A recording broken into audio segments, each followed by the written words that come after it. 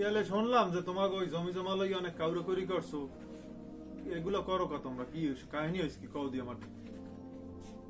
Chairman সাহেব, বিকেলে যে ঘটনাটা ঘটছে, জমিটা আমারও দলিল দিয়েছে, হেরও দলিল দিয়েছে। তাই হে কইতেছে আমার, আমি কইতেছে আমার। এটা নিয়ে গেল বছর একটা গ্যাঞ্জাম গেছে। তারপরে গেল বছর আমি আলুডি করছি, এবছর হে আলুডি করছে। হ্যাঁ, এই যাই দেয় আমার জমিতে হে ধান দেয়। এইটা নিয়ে ওই জায়গায় ভাইয়া একটু ধাক্কা ধাক্কি হয়েছে। হ্যাঁ, জায়গার দলিল তো আমারও আছে। কই তোমার দলিল? কই দেখি দলিল, দলিলটা দেখি। এই দেন।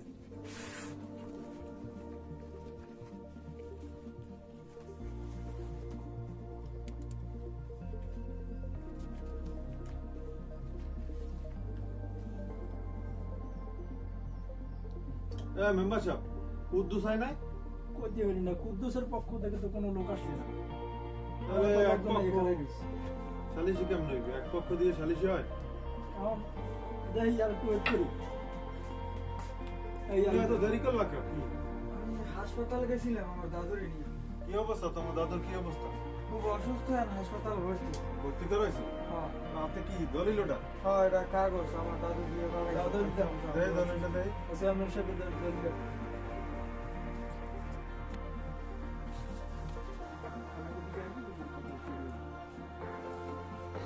মেম্বার সাহেব, দলিল তো দেখলাম, ধরোটাই আমি। দলিলটা ওনার ডইলে পরে জমি দেওয়া, জমি দিয়েছে ওনারে পরে, আর ওর দাদু কুদ্দুসের জমি ডইলে আগে দেওয়া। এখন জমি তো পাইবে ওর দাদু, অযথা এই জমি যেহেতু দলিল আছে, এলাকি তো আর কাউরে করি করার কিছু আরে নাই। আমি তো যতদূর জানি জমিটা আমার চাচাই পায়। না না, জমি তো যার আগে দেওয়া সেই জমি পায়, পরের জমিদাতা তো জমি পায় না।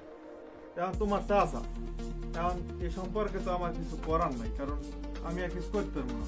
তোমার চাচা, এখন তুমি রহমান রাহিম, উপস্থিত গণ্যমান্য ব্যক্তি, সালিশি এইটাই জোতা। এবার করছি প্রায় বিলি হবে। মেম্বার সাহেব, এই জোতা এটা তো আমি কিছু বুঝলাম না, জোতাটা কি কইলে তুমি? ও না, হইছে কি ওই চাচার পায়ে জুতা নাই তো, এক জোড়া হ্যাঁ জুতা কিনে দিই। না আমি আমি আমি আমি এসে সালিশি মানি না, আমি থানায় দিয়ে বুঝতাম আমার কাগজ। না মানলে তুমি যে থানায় আমি আমি আমি গ্রামে সালিশি মানি না, আমি থানায় দিয়ে বুঝতাম আমার কাগজ। আমার সালিশি মানন লাগলো, তুমি জান। হ্যাঁ আমার কাগজ, আমি থানায় দিয়ে বুঝতাম।